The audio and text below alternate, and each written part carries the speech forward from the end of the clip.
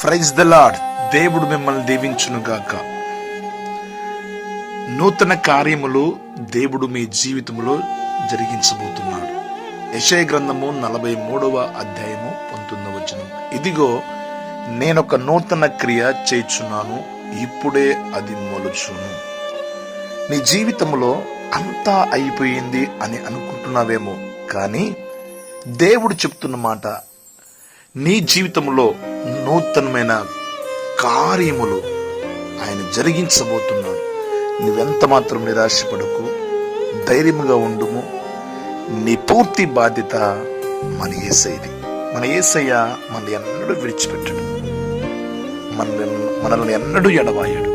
ఆయన కంటికి రెప్పలా మనల్ని కాస్తూ ఉంటాడు, తన సజీవమైన రెక్కల చాటును భద్రపరుస్తూ ఉంటాడు.